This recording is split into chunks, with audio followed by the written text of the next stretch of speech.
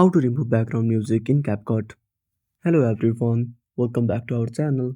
So let's dive right in without wasting any time. Also make sure to watch this video till the end. So if you want to remove the background noise or any other background music playing in the video, simply open up the CapCut on your device. Now tap on edit at the bottom left corner.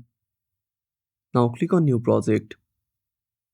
Now select the video. Then tap on add at the bottom right corner. Now tap on the clip. Now at the bottom menu simply scroll to the right.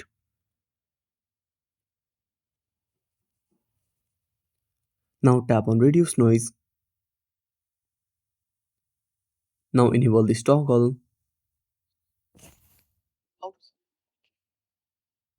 Now once the process is complete, tap on the tick icon. Now also keep this in mind, this is the Pro feature, so you need to subscribe to CapCut Pro to get this access. And that's it. Thanks for watching. Make sure to subscribe our channel and hit the bell icon. See you in the next video.